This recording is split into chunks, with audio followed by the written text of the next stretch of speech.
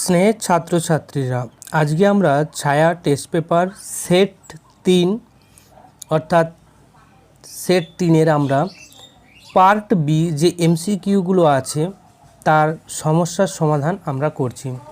তোমাদের সুবিধার্থে প্রশ্ন সহ উত্তর একই সাথে একই ভিডিওতে দেওয়া হলো। তো প্রথমে একেরটা দেখো, ব্র্যাভিস ল্যাটিসের সংখ্যা কত? 12 দেওয়া আছে, 14 দেওয়া আছে, 16 দেওয়া আছে, 7 দেওয়া আছে। আমরা জানি যে ব্র্যাভিস ল্যাটিসের সংখ্যা হচ্ছে 14টি। দ্বিতীয়ত, কোন শর্তে এ ও বি দুটি বিশুদ্ধ তরলের সমন্বয়ে গঠিত দ্রবণ আদর্শ দ্রবণের মতো আচরণ করবে?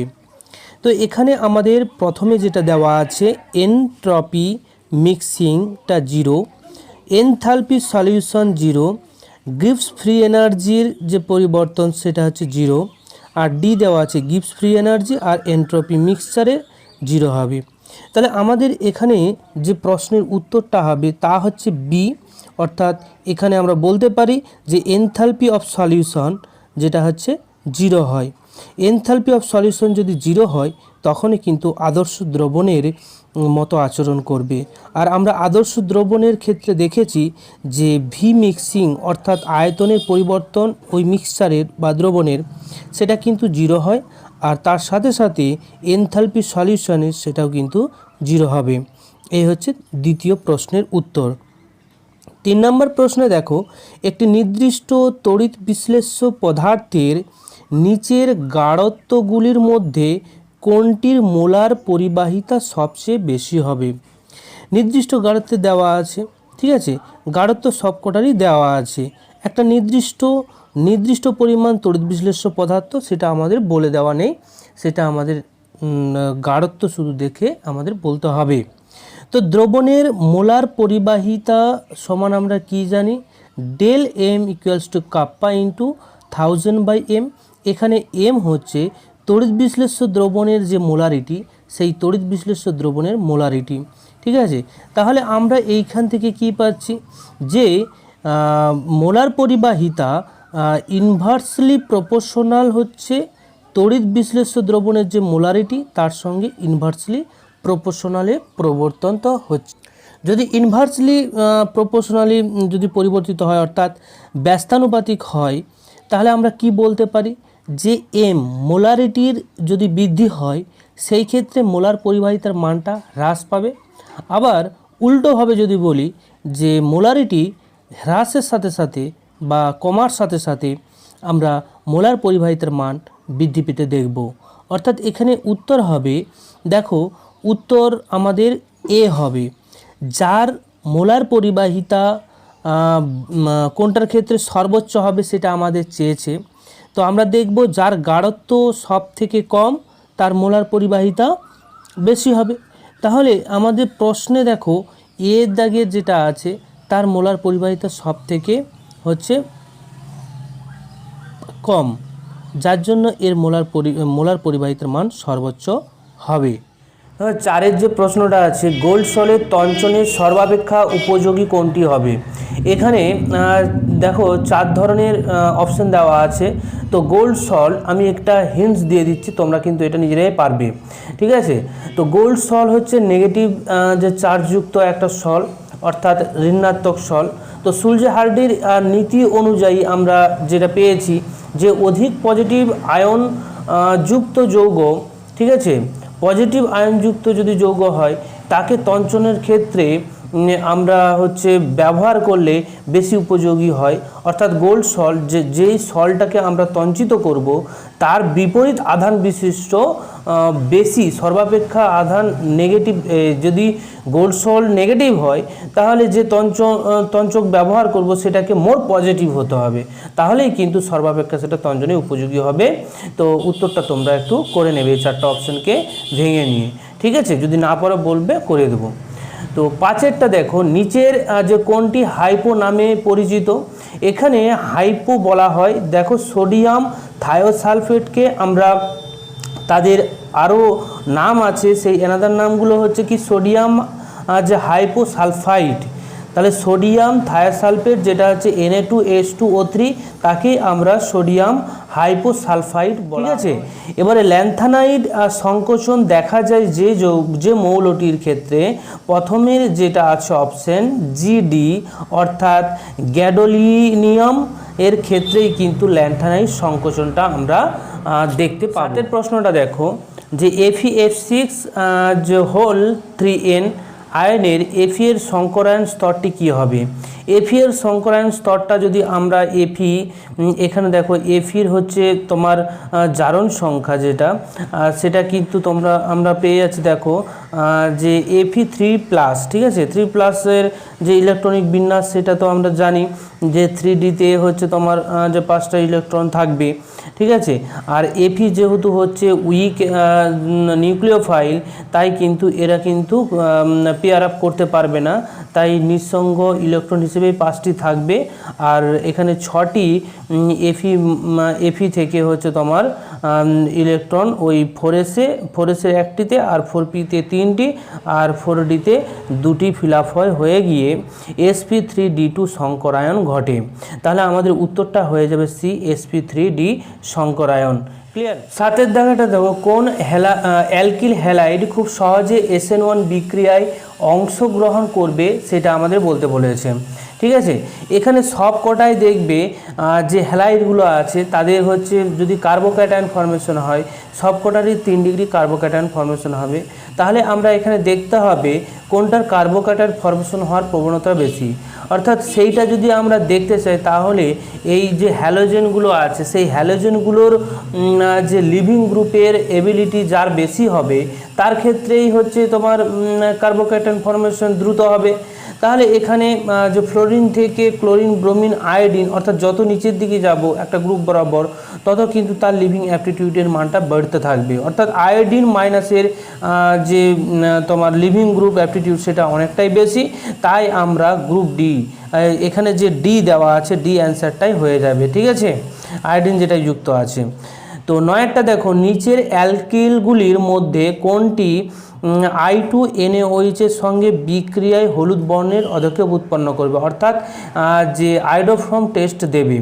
আয়োডোফর্ম টেস্ট এখানে হচ্ছে কেবলমাত্র অপশান যে 1A আছে ইথানলের ক্ষেত্রেই কিন্তু আমরা আয়োডোফর্ম টেস্টটা পাবো, বাকিগুলোর ক্ষেত্রে কিন্তু আয়োডোফর্ম টেস্ট আমরা পাবো না, অর্থাৎ হলুদ বর্ণ উৎপন্ন করবে না।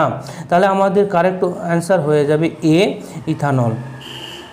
এরপর আসছি কোনটি ক্যানিজারো বিক্রিয়ায় সাড়া দেবে না।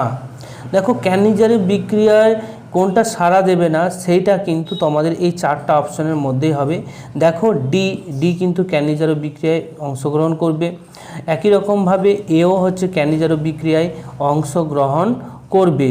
তাহলে এই দুটো এ আর ডি কিন্তু হবে না। এবারে দেখো বি আছে আর সি আছে, এর মধ্যে দেখো সি এর কিন্তু ক্যানিজারো বিক্রিয়ায় অংশগ্রহণ করার প্রবণতা আছে, কিন্তু দেখবে বি এর ক্ষেত্রে ক্যানিজারো বিক্রিয়ার প্রবণতা নেই, তাই আমাদের অ্যান্সারটা হয়ে যাবে বি, ঠিক আছে। এর পরেরটা দেখো প্রশ্ন, টলেন্স বিকারক নিচের কোন অ্যাসিড দ্বারা বিজারিত হয়। টলেন্স বিকারকের সাহায্যে যদি কোনো অ্যাসিডের বিক্রিয়া ঘটায় তখন কিন্তু একটা সিলভার মিরর আসবে, হ্যাঁ, ধূসর অধক্ষেপ একটা আসবে। তো এই ক্ষেত্রে তোমাদের এ, বি, সি, ডি এই 4টে অপশানের ক্ষেত্রে বি অর্থাৎ ফর্মিক অ্যাসিডের ক্ষেত্রে যদি আমরা টলেন্স বিকারক দিয়ে বিক্রিয়া ঘটাই সিলভার অধক্ষেপটা কিন্তু আসে। আমাদের অপশান বি এটাই হয়ে যাবে কারেক্ট অ্যান্সার। অ্যানিলিনের সঙ্গে H2SO5 এর অর্থাৎ ক্যারস অ্যাসিডের বিক্রিয়ায় উৎপন্ন হয় কোনটি, ঠিক আছে। তো অ্যানিলিনের সঙ্গে যদি আমরা ক্যারস অ্যাসিডের বিক্রিয়া ঘটাই তাহলে কিন্তু আমাদের নাইট্রোসো বেনজিন উৎপন্ন হয়, অর্থাৎ সিটা আমাদের সি অপশানটা কিন্তু কারেক্ট অ্যান্সার হয়ে যাবে। এর পরেরটা দেখো A+2B পরস্পর বিক্রিয়া করে সি বিক্রিয়াত পদার্থ উৎপন্ন হলো। তো এর গাঢ়ত্ব যখন আমরা দ্বিগুণ করলে বিক্রিয়ার হারটা কিন্তু দ্বিগুণ হয়, আবার এ এবং বি উভয়ের গাঢ়ত্ব যদি 4 গুণ করি তখন কিন্তু বিক্রিয়ার হার 4 গুণ হয়। বিক্রিয়ার ক্রমটা কত হবে? তো প্রথমে আমরা রেটটা লিখে নিচ্ছি, এই যে ইকুয়েশন আছে এই ইকুয়েশন থেকে আমরা রেটটা লিখে নিচ্ছি। তো রেট সমান কে যে এ এ আলফা নিয়েছে, অর্থাৎ এর তো আমরা ক্রম জানি না, ক্রমটা নির্ণয় করতে হবে। তাহলে এর সাপেক্ষে ক্রমটা হচ্ছে আলফা আর বি এর সাপেক্ষে বিটা নিচ্ছি আমরা, ধরে নিলাম এ আলফা আর বিটা। এবার যখন এর গাঢ়ত্বটা হচ্ছে 2a হয় তখন আরটা হয়ে যাবে 2r, ঠিক আছে। আর এর যে গাঢ়ত্ব সেটা আমরা 2a বসিয়ে দিচ্ছি, বসিয়ে দিয়ে এখানে সিম্পলিফিকেশন করলে দেখবে এটা আসবে। এটা 1 নম্বর সমীকরণ ধরে নিচ্ছি। তারপর যখন বি এর গাঢ়ত্বটা 4b হয়ে যাবে তখন রেটটা কিন্তু 4 গুণ হয়ে যায়, 4r সমান হয়ে যাবে k ইন্টু এ এর কনসেন্ট্রেশন, তারপর বি এর কনসেন্ট্রেশনটা আমরা বসিয়ে দিচ্ছি 4b বসিয়ে দিলাম। তো এটাকে সিম্পলিফিকেশন করলে কিন্তু আমরা পেয়ে যাব 2 নম্বর সমীকরণ। তাহলে 1 নম্বর সমীকরণ আর 2 নম্বর সমীকরণ আমরা পেয়ে গেলাম। এরপর আমরা 2 নম্বরকে 1 নম্বর দিয়ে যদি আমরা ভাগ করি তাহলে আমরা কি পাই, 4r/2r সমান হয়ে যাবে যে 4 বিটা কে A alpha B beta divided by হয়ে যাচ্ছে 2 আলফা কে এ আলফা আর হচ্ছে বি বিটা, ঠিক আছে। এই অংশ আর এই অংশ পুরোটা কেটে যাচ্ছে, দেখে একই হয়ে যাচ্ছে, ফলে কেটে দিলাম। কেটে দেওয়ার পর এইখান থেকে আর কেটে দিলাম, তাহলে কি পড়ে থাকছে 4, 4-এর 2, এখানে 4-এর 2, 4-এর 2টাকে আমরা আরও ঘাতে লিখছি 4টাকে, তাহলে 2^2 লিখলাম। আর এখানে 2 বলতে 2 এর পাওয়ার 1, আর এখানে আমরা পেয়ে যাচ্ছি দেখো যে 4 বিটা ছিল, তাহলে 2 এর এতে পাওয়ারে যদি লিখি 2^2 বিটা আর হচ্ছে নিচে হয়ে যাবে 2 আলফা, ঠিক আছে। তাহলে এই দুটোর মধ্যে যদি আমরা তুলনা করি তাহলে 2 বিটা সমান 2 হবে আর আলফা সমান 1 হবে। তাহলে আলফা সমান আমরা পেয়ে যাচ্ছি 1 আর 2 বিটা সমান 2 পাচ্ছি, তাহলে এখান থেকে বিটার মান 1 পাচ্ছি। তাহলে যদি আমরা এর সাপেক্ষে ক্রম দেখি তখন সেটা এক ক্রমের হবে, আর বি এর সাপেক্ষে যদি করি তখন ক্রম হয়ে যাবে 1। তাহলে মোট যে ক্রম আলফা প্লাস বিটা, ঠিক আছে। তাহলে আলফা প্লাস বিটার মান যদি বসিয়ে দিই তাহলে আমরা 2 পেয়ে যাই, অর্থাৎ আমরা বলতে পারি মোট ক্রম হয়ে যাবে 2, যেটার উত্তর হবে 2, ঠিক আছে। অপশন সিটাই আমাদের কারেক্ট অ্যান্সার হয়ে যাবে। এরপরেরটা দেখো, নিউক্লিক অ্যাসিড নিচের কোনটির পলিমার। দেখো নিউক্লিওটাইডের পলিমার কিন্তু নিউক্লিক অ্যাসিড, নিউক্লিওটাইডের পলিমার হচ্ছে নিউক্লিক অ্যাসিড, ক্লিয়ার। 2-এর 8টা দেখো, আপেক্ষিক পরিবাহিতা এবং তুল্যাঙ্ক পরিবাহিতার মধ্যে সম্পর্ক কি। 2-এর দেখে 4 নম্বরে একটা কোশ্চেন থাকে, প্রত্যেকটায় 1 নম্বর করে 4টা থাকে, তো সেই শর্ট কোশ্চেনের উত্তরটাই আমরা করছি, ঠিক আছে। আপেক্ষিক পরিবাহিতা এবং তুল্যাঙ্ক পরিবাহিতার যে সম্পর্ক আমরা জানি যে ডেল্টা ই সমান হচ্ছে ক্যাপিটাল ডেল ই সমান কাপ্পা ইন্টু 1000/n। এখানে যে ডেল্টা না সরি গামা, এটা গামা ইটাকে আমরা বলবো তুল্যাঙ্ক পরিবাহিতা আর কাপ্পাটাকে বলি আমরা আপেক্ষিক পরিবাহিতা। আর এনটা কি, এনটা হচ্ছে তড়িৎ বিশ্লেষ্য যে পদার্থ সেই পদার্থের দ্রবণের নর্মালিটি, ওকে। তাহলে এই সম্পর্কটা লিখলেই কিন্তু আমাদের 1 নাম্বার আমরা পেয়ে যাব, সেটাই হবে আপেক্ষিক পরিবাহিতা এবং তুল্যাঙ্ক পরিবাহিতার মধ্যে সম্পর্ক, ক্লিয়ার। তো অথবা যে প্রশ্নটা দেওয়া আছে দেখো যে একটি তড়িৎ বিশ্লেষ্যের পরিবাহিতা এবং আপেক্ষিক পরিবাহিতা কখন সমান হবে। বলতে চেয়েছে যে পরিবাহিতা এবং আপেক্ষিক যে পরিবাহিতা তাদের মানটা কখন সমান হবে সেটা আমাদের নির্ণয় করতে বলেছে, ঠিক আছে। তাহলে দেখো তড়িৎ বিশ্লেষণ যে দ্রবণের যে আপেক্ষিক পরিবাহিতা এবং পরিবাহিতার যে সম্পর্ক সেটা তো আমরা জানি। সেটা কি জানি, যে কাপ্পা সমান L into small L by A.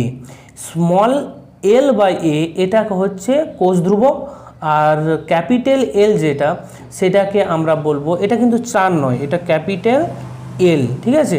Capital এলকে আমরা পরিবাহিতা বলি আর কাপ্পাটাকে আমরা আপেক্ষিক পরিবাহিতা বলি। তাহলে আপেক্ষিক পরিবাহিতা সমান আমরা কি বলতে পারি, পরিবাহিতা ইন্টু কোষ ধ্রুবক।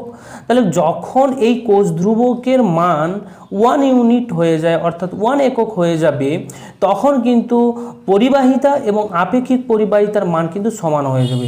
যখন এটা 1 হয়ে যাবে টোটাল এই এল বাই এ যদি 1 হয়ে যায় তখন সেটা কি হয়ে যাবে, শুধু এল রয়ে যাবে। তাহলে আপেক্ষিক পরিবাহিতা সমান পরিবাহিতা হয়ে যাবে। তাহলে এটাই শর্ত, যখন কোষ ধ্রুবকের মানটা 1 হয়ে যায় তখন কিন্তু আপেক্ষিক পরিবাহিতা এবং পরিবাহিতা পরস্পর সমান মানের হয়ে যায়। প্রশ্নটা দেখো 2 নম্বরের, একটি বিক্রিয়ার হার ধ্রুবকের একক দেওয়া আছে মোল মাইনাস হাফ, আর ডেসিমিটার পাওয়ারে আছে 3/2 আর হচ্ছে এস ইনভার্স 1। বিক্রিয়াটি কত ক্রমের হবে? এবার আমরা এই যে বিক্রিয়া হার ধ্রুবকের যে একক দেওয়া আছে সেইটাকে আমরা এন ক্রম বিক্রিয়ার হার ধ্রুবকের এককের সাপেক্ষে যদি তুলনা করি, তো এন ক্রমের বিক্রিয়ার ক্ষেত্রে আমরা কি জানি, mole into decimetre minus 3 whole 1 minus N second inverse. এইখান থেকে সিম্পলিফিকেশন করলে mole 1 minus N decimetre minus 3 plus 3n second inverse. ঠিক আছে, এর সাথে যদি আমাদের প্রশ্নানুসারে দেওয়া যে হার ধ্রুবকের একক সেটাকে যদি তুলনা করি পরস্পরের মধ্যে, তাহলে আমরা পেয়ে যাব মাইনাস হাফ সমান, এই যে মাইনাস হাফ সমান হয়ে যাবে যে 1 মাইনাস এন করে দিলাম, তাহলে এন সমান আমরা কত পাচ্ছি 3/2, অর্থাৎ বিক্রিয়াটির যে ক্রম সেই বিক্রিয়াটির ক্রম হবে 3/2। এটাই আমাদের উত্তর হবে। যে প্রশ্নটা আছে দেখো, টেন্ডাল ক্রিয়ায় একটি ব্যবহারিক প্রয়োগ উল্লেখ করো। তো টেন্ডাল ক্রিয়ার দ্বারা আমরা প্রকৃত দ্রবণ আর ক্লোরীয় দ্রবণের মধ্যে যে পার্থক্য করতে পারি সেই পার্থক্যটা আমরা চিহ্নিতকরণ করতে পারি টেন্ডাল প্রক্রিয়া দ্বারা। এখানে প্রকৃত দ্রবণ টেন্ডাল যে ক্রিয়ায় অংশগ্রহণ করবে না, কিন্তু ক্লোরীয় দ্রবণের ক্ষেত্রে টেন্ডাল ক্রিয়া দেখাবে। অথবাটা কি, কঠিন অধিশোষকের উপর চাপের প্রভাব কি হয়? কঠিন অধিশোষক দ্বারা গ্যাসের ভৌত এবং রাসায়নিক যখন আমরা উভয় প্রকারের অধিশোষণে দেখি, সেই উভয় প্রকার অধিশোষণ কিন্তু চাপ বৃদ্ধির সাথে সাথে কিন্তু বৃদ্ধি পায়, আবার চাপের হ্রাসের সাথে সাথে কিন্তু হ্রাস পায়। এটা তোমাদের মাথায় রাখতে হবে। 4 নাম্বার আইপিএসসির নাম আমাদের চেয়েছে এই যৌগটি, এই কমপ্লেক্স যৌগটি, তখন এর নামটা লিখে দিবে ডাইক্লোরো 20 ইথিলিন ডায়ামিন। 20 কেন বলেছি, কারণ হচ্ছে ইথিলিন ডায়ামিন দুটো আছে তাই 20 লিখেছি। 20 ইথিলিন ডায়ামিন আর হচ্ছে কোবাল্ট 2, কোবাল্টের যে যোজ্যতা সেটা 2, তাই এটা কোবাল্ট 2 লিখেছি। অথবা একটা দেওয়া আছে দেখো, এই যে জটিল যৌগ, এই জটিল যৌগের কেন্দ্রীয় ধাতব পরমাণু অর্থাৎ আয়রনের কথা বলেছে, আয়রনের জারণ সংখ্যা কত হবে? তাহলে আয়রনের জারণ সংখ্যা যদি দেখি, তাহলে এই যে যৌগটা আমাদের দেওয়া আছে তোমার এই যৌগটাকে আমরা প্রথমেই কি করব, আয়নে বিয়োজিত করে দেব। ঠিক আছে, আয়নে বিয়োজিত করে দিলাম, করে দিলে এই যে থার্ড ব্র্যাকেট দিয়ে যে অংশটা আছে সেটা পাওয়ারে 2 তোমার হচ্ছে মাইনাস চলে আসবে, এটা 2 মাইনাস হয়ে যায়। ঠিক আছে, 2 মাইনাস যখন হয়ে গেল, তাহলে এই যে সায়ানাইড এর যে যোজ্যতা -1 আর এনওর যোজ্যতা হচ্ছে +1, তাহলে 5টা নেগেটিভ আর একটা পজিটিভ, তাহলে আমরা কত পাচ্ছি, 4টা নেগেটিভ পাচ্ছি। এবারে 4টা নেগেটিভ সমান 2টা নেগেটিভ, তাহলে এখান থেকে আমরা পেয়ে যাচ্ছি, এখানে তো এক্স আছে, এক্স তো ধরেছি আমরা, যে আয়রনটাকে এক্স ধরেছি। ঠিক আছে, তাহলে আয়রনটাকে যদি আমরা এক্স ধরি, তাহলে এক্স সমান হয়ে যাবে হচ্ছে 2টো নেগেটিভ প্লাস 4টা পজিটিভ, তাহলে এক্স সমান হয়ে যাবে 2+। তাহলে আমাদের এখানে উত্তরটা হয়ে যাবে 2+, অর্থাৎ কেন্দ্রীয় যে আয়রনের হচ্ছে তোমার যোজ্যতা 2+ হয়ে যাবে। এটাই হচ্ছে আমাদের উত্তর। তো আমরা তোমাদের যে ছায়ার যে সেট 3 তার যে এমসিকিউ 18 নম্বর টোটাল যে এমসিকিউ, সেই পার্ট বি এর 18 নম্বরের পূর্ণ উত্তর সহ করালাম। একটা হোমওয়ার্ক দিয়েছি, তোমরা সেটা করবে, আর যদি ভিডিওটা ভালো লাগে অবশ্যই বন্ধুদের মধ্যে শেয়ার করবে। ওকে, থ্যাংক ইউ।